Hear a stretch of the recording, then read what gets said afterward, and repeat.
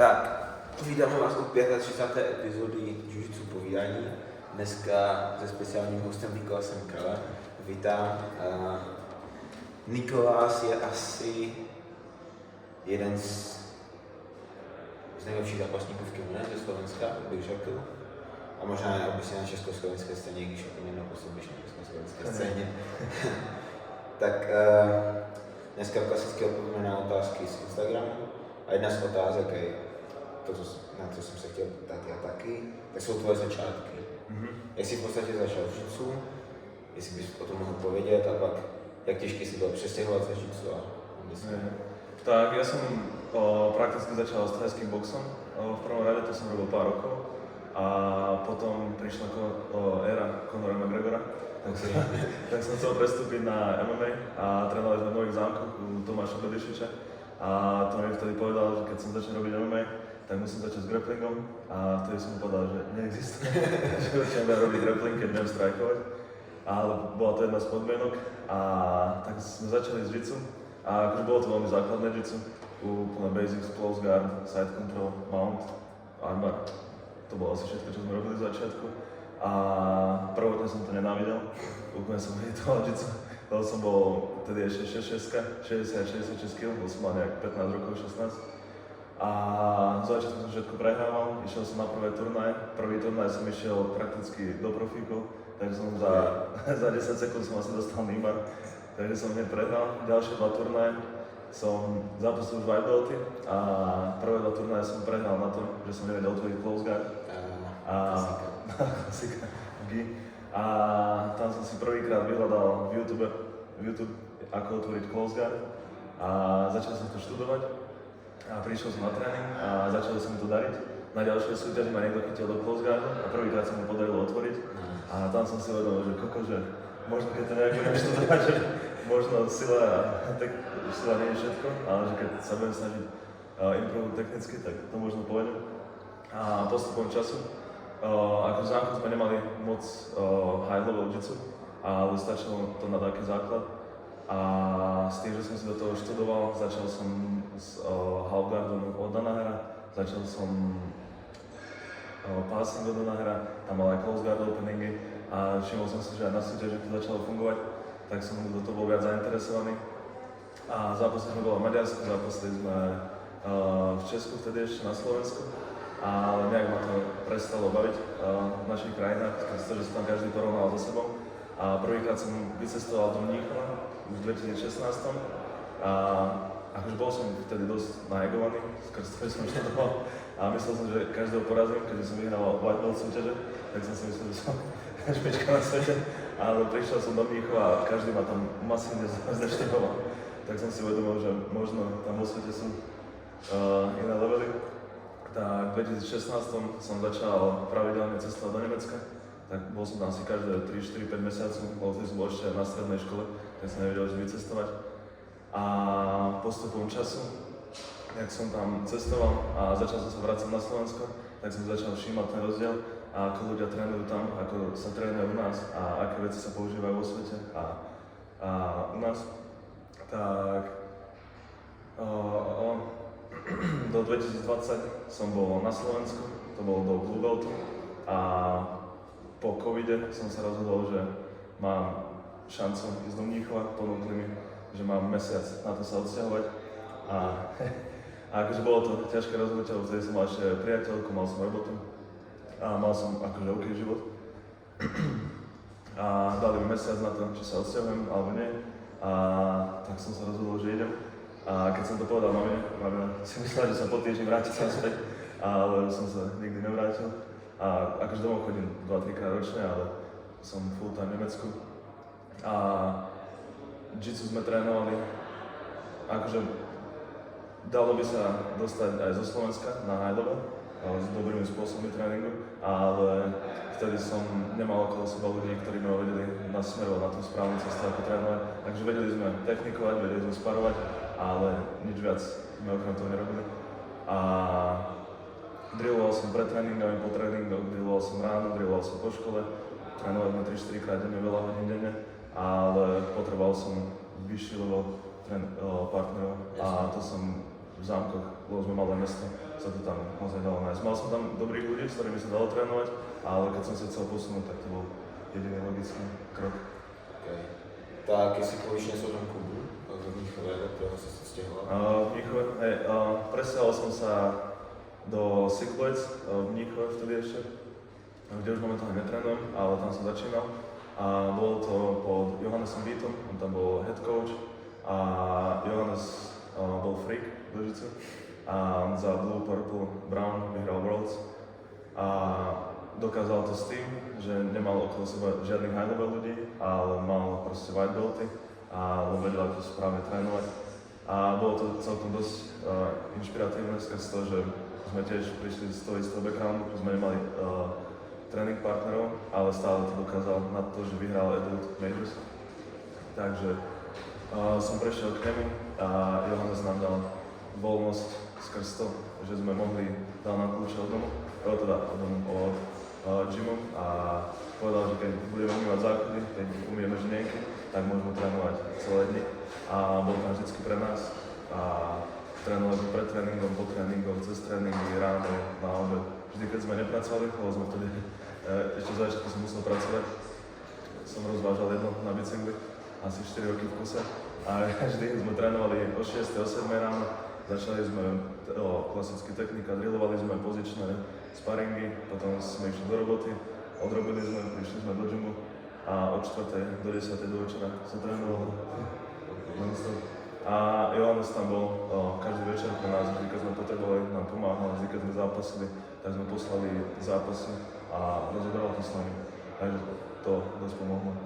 Okay, a jestli bys mohl popsat přesně ty způsoby, jak se zlepšila, když kolem sebe nemáš ty white belty, co si třeba převzal od Johannese, nebo co jsi přišel sám?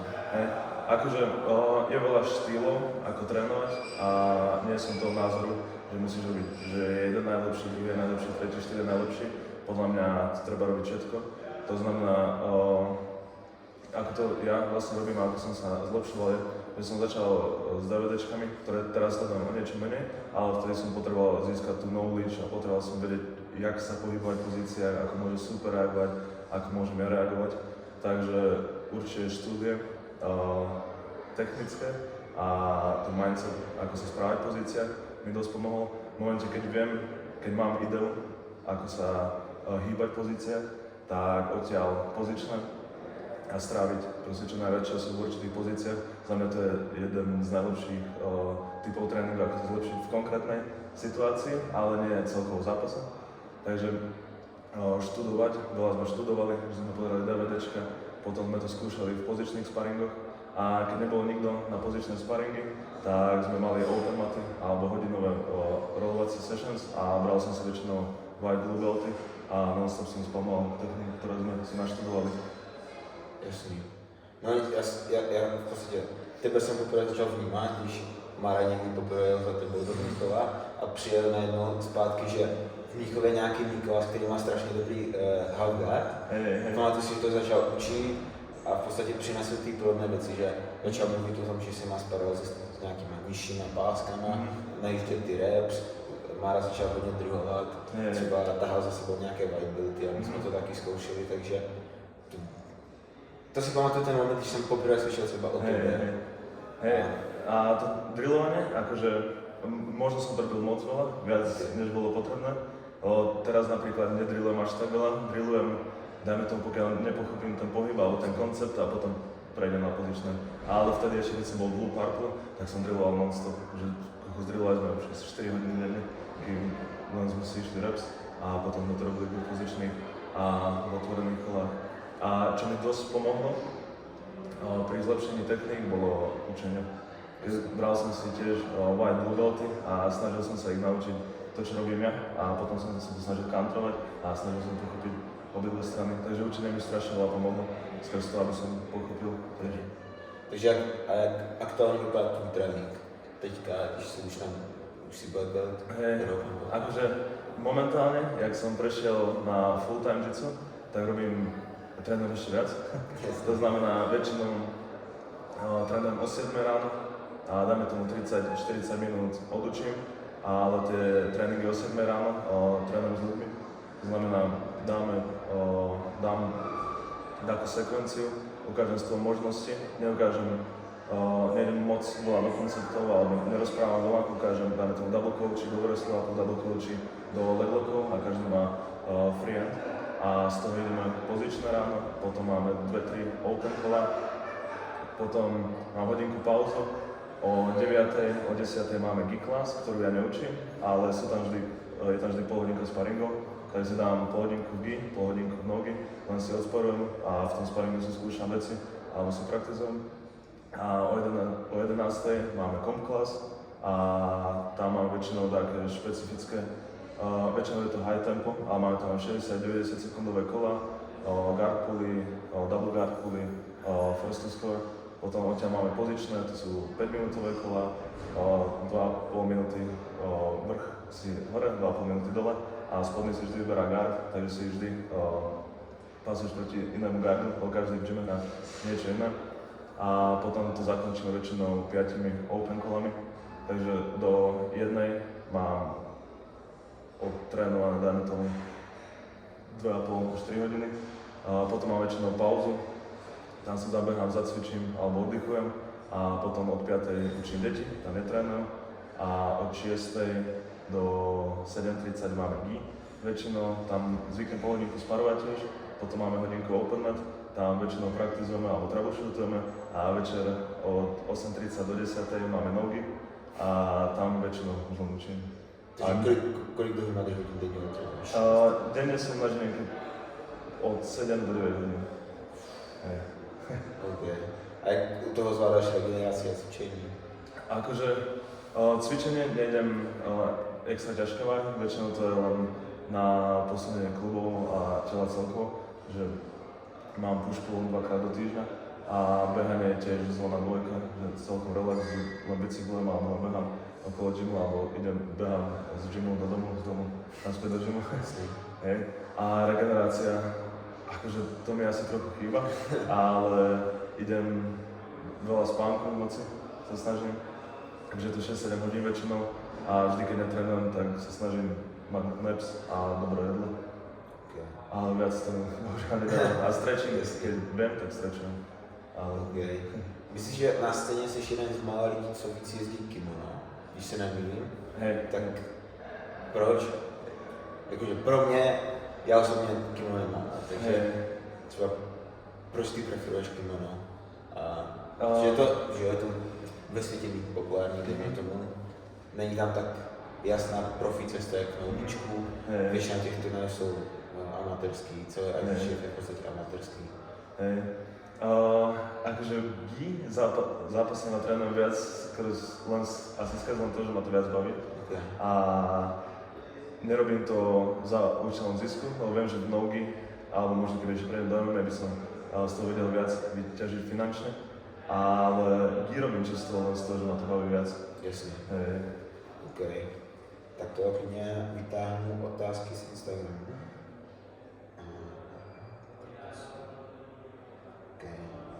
Jak studuješ nové věci, techniky a co používáš při postupu začínání nových věcí do hry? Jak študujem momentálne, predtým som zvykal tie DVDčka, že som drtil strašne Danahera a Gordona a New Wave, viac menej. Potom som prešiel na Atos, ale tam určite tiež viac menej len technika. A teraz momentálne sa venujem viac AOG štýlu a skrz to, že tam majú väčšinou len scenáre, ktoré sa reálne stávajú na súťažiach v zápase. Akože Gordon a John učia perfektne a tie techniky fungujú, ale je tam málo konceptov, ktoré používajú v zápase. A AOG hlavne študujem skrz to, lebo tie veci sa momentálne, je to meta v AOG, ale nie je lepší tým v kimonách, ktorý sa dá sledovať. No složně. Oni vyhrávají, pomalu, co jsem koukal, každý píše týmový turnaj. Na posledních Worlds Backbeltech měli většinu šampionů byli z AOG. No, väčšina kategórií sú šampióni AOG. Takže sledujem metu a sledujem, čo robia, čo praktizujú a sledujem techniky, ktoré im fungujú najviac. Takže sa nesnažím o techniky alebo koncepty alebo hry, ktoré hrajú. A momentálne viac experimentujem. a si skúšam veci v sparingoch, ale vždy mám taký topik, na ktorom pracujem. Dajme tomu teraz to je K-guard, takže sa snažím, pozerám si Cole Abateho, pozerám si, čo robí v zápase, pozerám si, čo robí, čo učí, či to mečuje a skúšam veci podľa toho, čo odučil alebo čo odrobil. A poslednú dobu, keďže mám dosť veľa študentov, som prišiel na Honza Step štýl, že prídem do gymu a nech ma oni učia a trošku im kradnem techniky a drillom si praktizujem s nimi a vždycky prichádzajú s niečím novým, takže tu pomaly kradnem. Ty si zmínil, že AOG je v podstate meta, nemáš to komunitu, tak si bys mohol popsat, co je ta meta v teďka aktuálne? Momentálne meta v GI. Za mňa passing to bolo celkom crazy dog passing alebo high low, depends on the name. Dosť to bol crazy dog leg dragy a myslím si, že AOG ide strašne o leg dragov, či idú z vrchu alebo zo spodu, idú X-guard do leg dragu, idú passing do leg dragu a všetko končia leg dragu skrz to, že supera dostávajú do nevýhodnej situácie, buď sa nechá pásnuť, alebo tam bude back exposure. Takže podľa mňa leg dragy a waiter, K-guardy máme to. Ja si pamatuju, že sme aj spolu řešili passing, odtajmenia a tú tašku, že oni v podstate tá filozofie passingu AOG je často o tom, že oni chtějí ten guard obejít a vůbec by si necpat do nějaké vyměny, že spoustu lidí pasuje stylem, že třeba vstoupí do gardu soupeře a začne rozepírat. A oni pasují stylem, že jdou úplně okolo gardu, aby se nedostali do žádných entangů. No je to problém veľa ľudí, že keď chceš pásovať alebo chcú pásovať, tak idú do gardu a z toho sa už pásuje. Ale to už je neskoro, lebo keď už niekým hrá ten gard dobre, tak v momente, keď mu vstúpiš do gardu, on ťa už ohrozuje a si defenzívny, zároveň zatiaľ čo on je ofenzívny. Ale ty chceš byť ofenzívny celý čas a s tým pracujú aj VOG dosť a to je tempo zápasu. Nechceš meniť tie tempa, nechceš ísť stále slow tempo, to nechceš stále rozoberať ten guard, ale ideš vysoké tempo, kým sa nedostaneš do leg dragu a tam máš slow down a potom zase keď super začne reagovať, tedy ideš high tempo, kým sa nedostaneš do tej výhodnej pozície. A presne to robia z začiatkov zápasu, že oni nedovolia ten guard, oni nedovolia ani tie passingy, oni sú v tom garde prví. Okay. A máš, že tu nejoblíbenější zápasník z AOG, někdo, komu se zhlížíš nejvíc ze všech? Akože favorit bude asi klasický Tajno. Okay. Posledný World's Run mal 5 zápasov a Mad Time mal 5,5 minúty. Čo je akože úplne crazy. A všechno končí na Bowneru? Bowneru, všetko z backu. Buď guardpu do X-guardu, z X-guardu nasweepoval a leg drag back tag. Simple. OK, další otázka. Jak to máš závody? Jak se připravuješ na závody? Jak se připravuješ po mentální stránce na závody? Akože fyzicky alebo jiu-jitsu som celý čas tréningu, takže do toho nedávam, kým by som nemal taký super fight, tak do toho nedávam nejakú extra špecifickú prípravu. Niekedy si pozriem superov, čo by mohli robiť, alebo ako hrajú, nech sa na to teoreticky pripraviť, ale nejak nič extra nerobím, bol som celý čas v tréningovom tempe, alebo v zápasovom tempe. A mentálne som, dajme tomu do brown beltu, celkom struggloval, vždy som to overthinkoval a vždy som, v tréningoch som bol vždy systematický a vždy som sa veľa učil a potom som sa snažil tak aj v zápase. A v zápase, nedá sa tak zápasiť, že idem do zápasu a v zápase budem rozmýšľať, že OK, teraz by som mal toto, super, budem robiť hento, tamto a nedá sa tam rozmýšľať, kým nie som lepší ako môj super. A teraz sa snažím pred zápasom, vypustil som všetky rituály, vypustil som hudbu, vypustil som úplne všetko, čo sa dalo, čo som robieval dovtedy. A teraz len to isté, čo robím pred tréningom, to isté robím aj pred zápasom. Prídem do haly a dám si gi, rozcvičím sa, rozhýbem sa a idem zápasiť. A v hlave si musím pripomínať, že teraz nie je čas na to, aby som overthinkoval, nič už pred zápasom nezmením, všetko som už natrénoval a poslednú minútu pred zápasom nezmením svoj gameplan, nezmením na čo je moje telo zvyknuté, tak ja sa snažím hlavu úplne vyrelaxovať, uvoľniť a snažím sa úplne vypnúť, len aby mi telo pracovalo počas zápasu. A keď je čas zápasu na to, aby som nad niečím premýšľal, alebo je tam také low tempo, tak tedy OK, ale inak sa snažím byť v tom zápase. Zvykal som počúvať hudbu a zvykal som počúvať také veci pred zápasmi, ale prakticky ma to vždy ťahalo z toho zápasu von, že som sa snažil vyhnúť tomu zápaseniu a teraz sa tomu snažím len postaviť a len tam byť a cítiť to. Aj niekedy to je stres, niekedy tam je strach, ale snažím sa to celé cítiť. No, z toho hluboko súhlasím. To som taky kdysi poslouchal a pamatuju si, že poprvé jsem byl na Nogi Evropě, ještě na Blue Beltu. Měl jsem sluchátka v uších a pak přijdu na tužníku, sundám si to a najednou slyším celou tu halu a celý to spadne na tebe. Jsi třeba třikrát tak nervózní. Je to strašne overwhelming. Ty necítiš tú atmosféru a potom pred zápasom na teba dojde strašne veľa stresu, všetko je fotografii, rozhodca, super a je tam strašne veľa tých vonkajších faktorov, ale keď tam proste ideš a všetko to vnímaš, prejdeš sa tu, ale vidíš tých rozhodcov, vidíš tých zápasníkov, tak sa tam cítiš normálne. A řešíš nějak i taktickou přípravu, když se třeba chystáš na IBJF ruse, na IGP ruse, na ADCC ruse, jestli řešíš vyloženě rusety? Akože s chalami sa snažíme. Ja teraz zápasím o niečo menej, jak som zvykával, ale keď ideme s chalami, tak záleží, ako súťaž ideme a snažíme sa prispôsobiť ten tréning tým pravidlám. A väčšinou chodíme AJP alebo IBJF iba, a ostatné turnaje nezápasíme. A keď ideme napríklad Grappling Industries alebo tie lokálne turnaje, tak tam pošlem chalami, nech si po zápase, nech si poskúšajú a nech majú ten feeling z zápasu. Ale keď ideme IBJF-ka, IPčka, zápasíme trošku menej, poslednú dobu tam je menej ľudí a nie je tam proste toľko ľudí a taký level, takže chodíme väčšinou IBJF-ka iba a takže vždy na tréningu máme IBJF pravidlá. Jasně. OK. Tá další otázka. Přijel si Peťu Miháře v kinu. Takže bolo to skoro vyrovnané, som povedal. OK. Ale Peťa ma prejel nohy. Peťa se chystá na nějakou polskou soutěž. Týmone, da? Takže... No vyťahne staré judo. Nemyslím si, že to bude to bude nějaký Taga Invitation. Jo, že tam mají nějaký velký prize money. Okay. Jaký je nejvyšší rozdíl mezi jiu-jitsu v Německu a v Česku na Slovensku?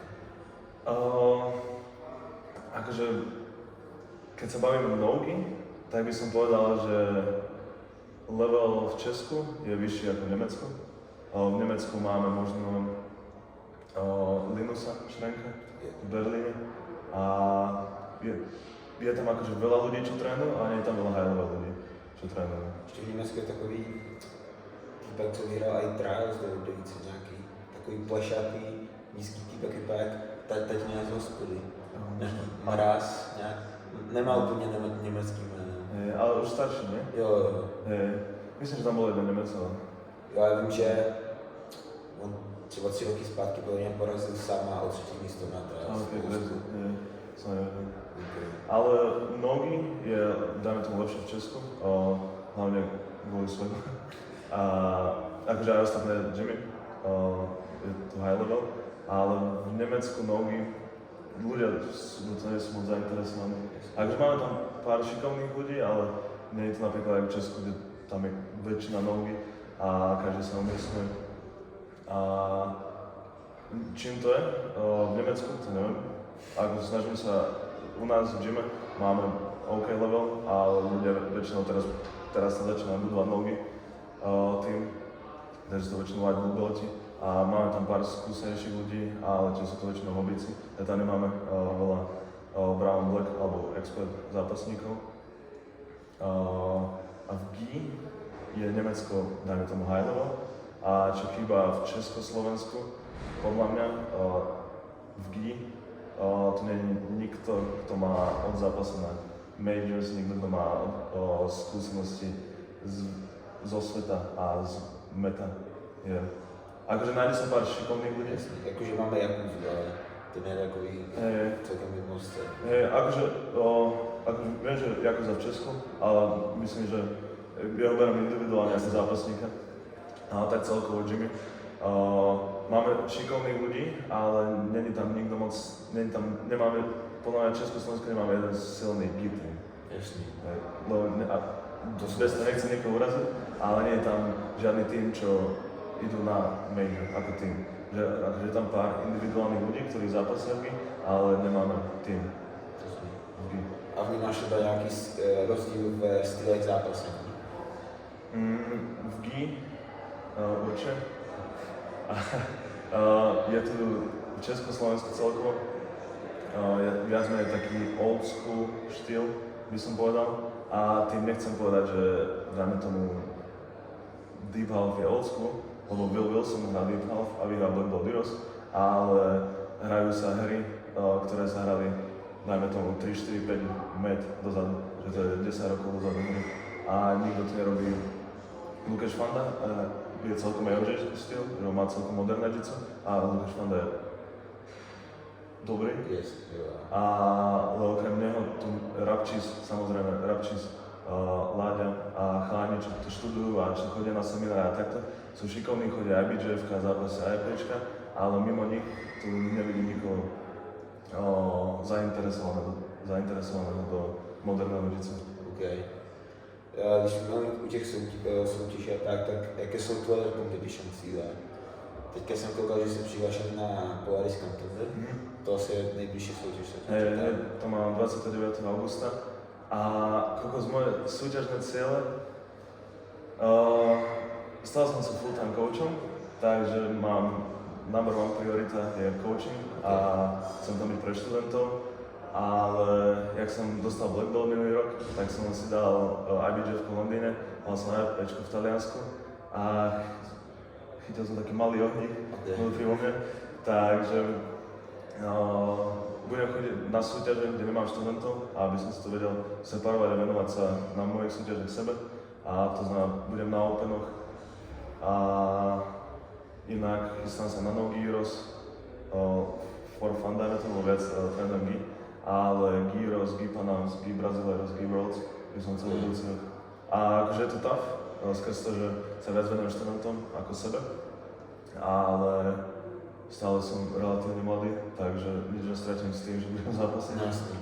A tiež celkom inšpirácia je Varzinsky, ktorý sa 10 rokov pokúšal o Worlds a na 10-11 rok mu to vyšlo. Takže človek nič nestratí s tým, že bude skúšať a zápasiť. Tak Varžák, to je takový srdcář, to je asi legenda evropského jiu-jitsu určite. Podľa mňa už aj svetového, hlavne svetového story, tiež vyhral Edel Worlds ako praktický master a 11 rokov predtým prehral a myslím, že sa nedostane cez druhé kolo nikdy. Ja sa strašne teším na ten dokument od Fogerpring, to si má teďka výborne. Plne to byl komik banger. Teším sa, ne? Ale chcel by som viac vedieť o jeho mindsete, o jeho story, ale podľa mňa to není len tých 10 rokov, ale tam bolo veľa zranení, veľa setbackov, veľa pýtania sa, že prečo to vlastne robí, prečo nemôže byť proste ITčka a zahrávať cash, ale prečo to jiu-jitsu. Okay. Jestli bys mohl trošku víc povědět o těch Polaris Contenders, vůbec nějaký to bude muset a co je kdyby ten price? Polaris Open som vôbec neplánoval, lebo som bol zranený a chcel som začať zápasy v októbri, ale videl som, dal som to zaregistrovať a je to minus 8, kde nemusím vôbec katovať, takže si to viem od zápasu. A keď vyhrám ten bracket, tak pôjdem vlastne na Polaris s víťazom contenderov z Holandska a tam sú tiež dobré mená. A akože nás tam pár chalanov a sú to akože viac menej farebné opasky, ale farebné opasky s tým, že vyhrali tento rok IBJJF Worlds a sú to celkom strelci.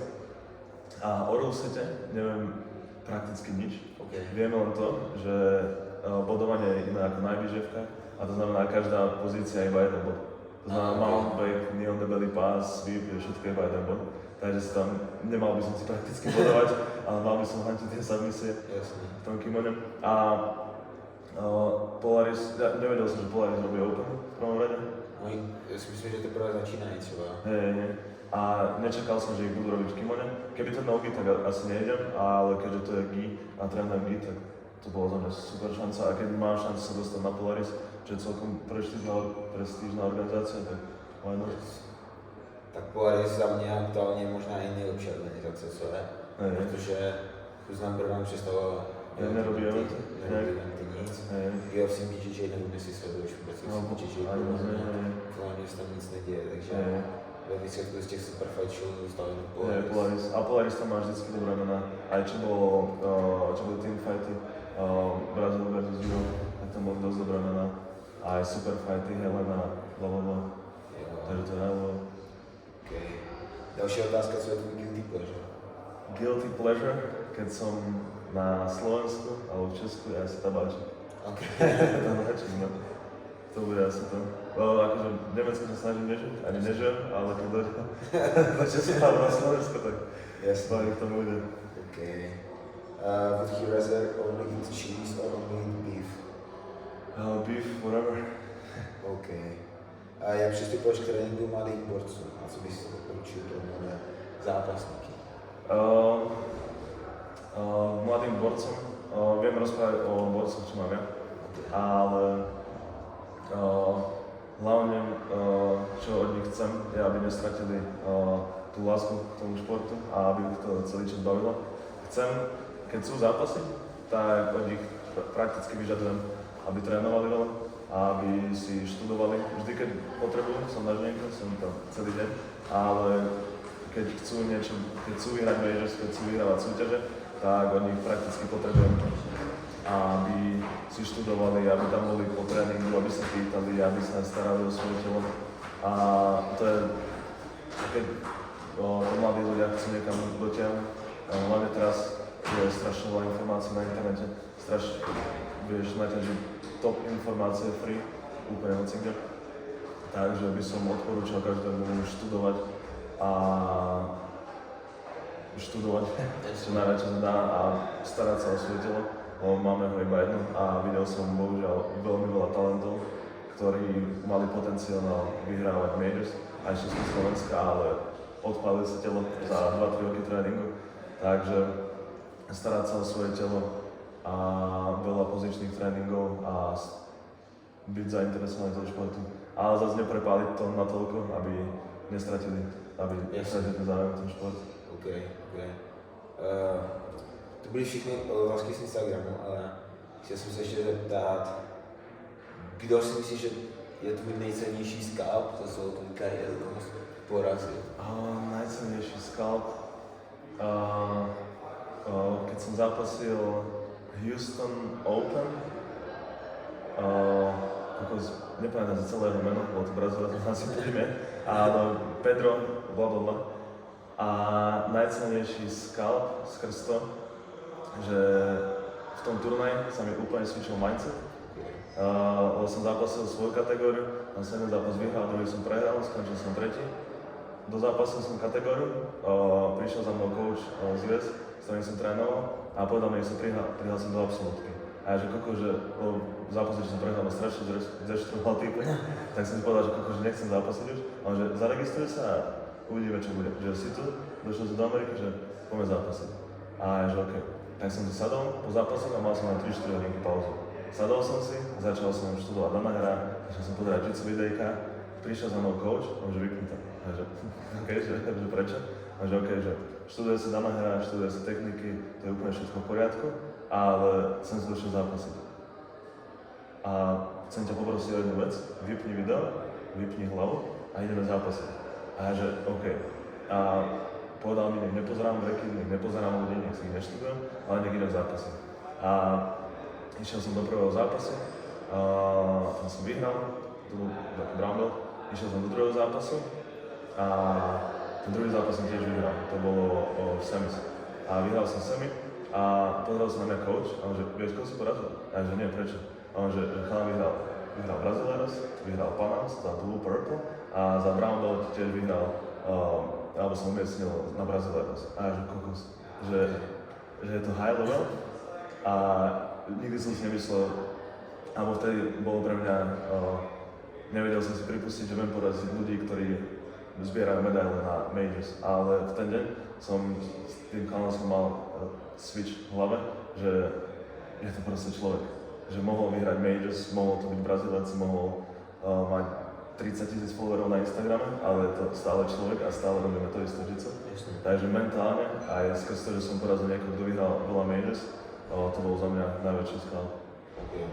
To často pomáhá, když nevíš, s kým v podstatě jdeš zápasy. Jsem měl podobnou situaci na poslední nogi Evropě, že vyhrál jsem první zápas, a druhý jsem koukal, říkám, nevím, kdo to je. Rozklikl jsem si jeden zápas na Fogerblinku, viděl jsem, že typek půjde guard, vyhrál nějaký random guard půjde, tak jsem s ním přišel zápasit, prohrál jsem po 2 advantage, si myslím. A pak vysloubím a došla mi zpráva od mého otce, a že víš, že si zápasil s trojnásobným mistrem světa, a to byl Nick Hartmann. Tak jsem říkal, OK. Nejspíš, kdybych to věděl dopředu, tak prohraju o víc. Presne. To bola veľká chyba, ktorú som robil v začiatku. Pozeral som si ľudí na Instagrame a potom si pozrieš Instagram a nikto tam si nepridal na Instagram ako pásku alebo ako niečo nevidie. Každý si pridáva highlighty. A ty sa pozrieš na tie highlighty a už si, oh shit, brutálny footlock, brutálny guard, brutálny passing, blitz pass nemá z flying knikat a pri tom zápase potiahni si guard a robíš to, čo robíš každý deň. Jasne. Akože sú ľudia, ktorí budú mať lepší timing a budú mať lepšiu techniku a majú viac zápasné, to je normálne, ale kým som doma alebo som deň pred zápasom, tak ešte nezápasím s tým človekom. Ja ako ma jiu-jitsu vidím až na žienke. Nemusím si vytvárať scenáre, ktoré nie sú reálne. Teďka si zmínil, že jezdíváš trénovat dámeru, tak do jakého týmu? V Amerike som bol väčšinu času som strávil vo Fort Worth, tam bol Six Blades a tam coach Leonel Mara, Gabriel, Andrew Cardozo a Jan Pikapau. Takže väčšina sú to kimonári a tam som strávil veľa času. Dáme tomu väčšinu môjho pobytu v US som strávil s nimi, lebo boli strašne milí Brazílci a dali mi ubytko free a vedel som tam žiť 3 mesiace. A potom som trénoval v Austine so Shanjim Riberom, jedným z mojich coachov. Tam sme strávili 2 týždne, myslím, a týždeň v Kingsway. OK. A vnímal třeba nějaký rozdíl mezi, dejme tomu, že Six Blades v Austinu a Kingsway v Austinu? Nerobil som v Six Blades nogy, tam sme robili čisto git, takže to neviem porovnať. Akože nemohlo to byť zle, lebo tam bol Victor Hugo, bol tam Felipe Costa, bol tam Shanji Ribero, takže ten level nemohol byť zlý, ale tréningy boli viac menej poháda, takže sa dali pozičné, z začiatku sme mali pozičné a potom mali grupy troch a oponkola a skoro každý deň sa sparovalo a keďže to je viac menej gym a tým od Brazílcov, tak je to viac menej taký old school, že sa technika a potom sa sparujú. A Kingsway, čo sme robili, vtedy bohužiaľ John tam nebol, ale klasika bola taká technika, koncept, veľa pozičných a na konci open. Ale akože rozdiel v tréningoch, akože konceptuálne, alebo jak sú tréningy rozobraté, nie je nič iné, ako robíme my napríklad, ale level na žienke je neporovnateľný. Určitě. A byl jsi tak ještě někde trénovat, kromě Ameriky, třeba Rusku, Brazílii, nebo nějak po Evropě? V Brazílii som nebol. Trénoval som v Dubline, East Coast, ešte keď tam boli ešte v starom East Coaste, čo majú teraz tento nový. A akože trénoval som, vždy keď som išiel na turnaj, som niekde trénoval, po celom Nemecku, Československu, obviously, Dublin, trénoval som v Madride, Cirkule, alebo Madrid to bol myslím Cirkule, jiu-jitsu, tam Mati, Milan Petri, tam bola tréner u nich a coach som volal myslím Matias, alebo Mati Giže na Instagrame. A kokos akože vážne naložený coach, že akože mal strašne veľkú knowledge, že som tam došiel, ale v živote ma nevedel o mne. Počul som, že je dobrý coach, prišiel som na ním po tréningu, kde on ma netrénoval a na niečo som sa ho spýtal a hneď mi poradil, že vedel mi zodpovedať na všetky otázky, bez toho mi ho videl a bol strašne nápomocný. Takže Madrid, Circulo sa to volalo, som dosť dobrý tým Dublin sa mi dosť ľúbil, ešte keď tam bola celá stará garda z East Coast, keď robili veľa kimona. A akože trénoval som hocine, takže po Európe, ale najviac čas som strávil v Mníchu, tam máme strašne veľa ľudí na tréningu, takže po tréningu vycestovať. Okay. A třeba od koho si dostal kdy úplně největší bytí ve sparingu? Když jsi říkal, fuj, to je fakt hrozný. Kokos, to boli 2023, Euros s Mika Galvanom. Aha, okay. V tom kole som absolútne nič nespravil a nič sa mi nedalo spraviť. Potiahol som si Halgar a ja že OK, bol v Nikate v Splitsquate a že OK, že idem shin to shin, dropnem ukolo na ženku, chytím si underhook a možno skúsim underhook half. A chytil som shin to shin a nepohol som s ním, týpek ma nikatol, musel som zatvrdliť, zobral mi chrbát, bovenero. A že OK, že skúsim ešte raz, že potiahnem close guard. A týpek stál, otvoril mi close guard, pásom a cross choke a že akože možno vlastne nič nebude fungovať. A s ním som nič nevedel. Nevedel som mu breaknúť grip, on mi breaknul každý grip, úplne ma zreštruoval. A ešte roky, tiež 2023 to bolo myslím pred Euros, keď bol u nás Shanji, možno to bol skrz to, že som ho strašne rešpektoval vtedy. A sparovali sme a chcel som si hrať svoju hru, ale ma prešiel len kameň, nič. Proste, vždy, keď som potiaľ guard, vždy mi ho pásal a vždy ma cross-chokeol a za jedno kolo asi 7-8 krát. To isté, ten istý pás, ten istý mount, ten istý cross-choke. Takže, sleduješ ještě nějaké další zápasníky, kromě teda AUJ? V GI sledujem dosť Marcio Andre. Podľa mňa v nogi svete Marcio Andre nemá žiadne meno. Ale v GI to je za mňa druhý najlepší tým po AOG. Momentálne, keďže Ato sa rozpadol, takže Marcio Andre je za mňa druhý najlepší tým. A tam je Taricio Andres, sa volá. Taricio. A tiež top tým, Taricio, top zápasník. Takže Marcio Andre. A v nogi som hardcore New Wave fan. Jasně, OK. Tak asi poslední otázka. Jestli máš nějaké predikce, kdo si myslíš, že povyhrává ADCC letos? Si to nějak sleduješ víc? Začnem 8-8, okay. Ale myslím si, že Giancarlo vypadol. Jo. Akže ho som mal favorita. Jasne. Tam nebol asi nikto iný, kto by to za mňa vyhral. Kedy tam je to Giancarlo. Akože Javorský a bol tam ešte niekto šikovný, by mohli ohroziť, ale podľa mňa Giancarlo je najskúsenejší v ADCC pravidla a má najviac skúseností s tým byť vo finále a zvládať ten tlak z ADCC. Takže za mňa to bolo Giancarlo, teraz keď Giancarlo tam nie je, neviem, či sú to rumors, či Craig bude zápasný, alebo nebude. Neviem, trolí to na Instagrame, takže neviem. Ale v 8-8 neviem, kto tam je každý, možno mi už pripomenul. Tak jakože já osobně vnímám jako dva největší favority Josefa a Pavla. To by bol dobré finále, zase vidieť. A akože prijal by som to viac Pavlovi, s Josefom nemám žiadny scenár.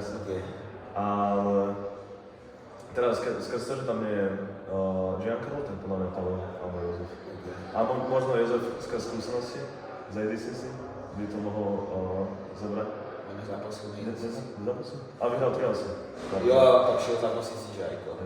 To možný, takže... OK. Ale má možno viac kempov na ADCC. Jasne. Má viac skúseností v tom.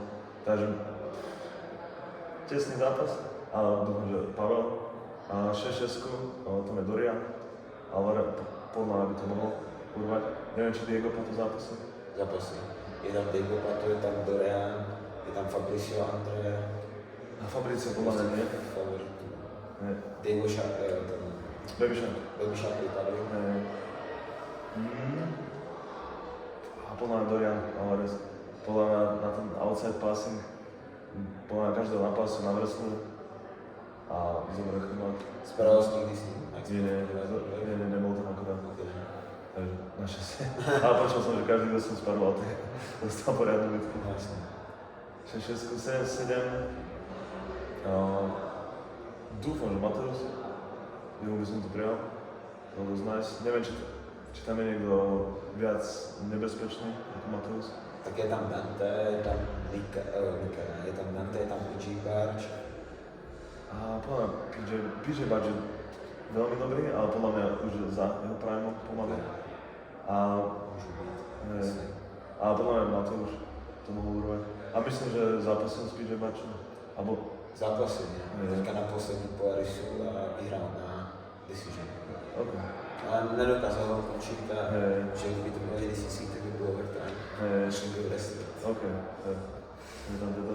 To je takový náročný úsek pro kolega. No, pro Mateus. Obecně. Proto mám rád ADCC, tak DJF je takový víc jiu-jitsu úsek. ADCC je takový na půl wrestling, na půl stoving. Musíš aj wrestling.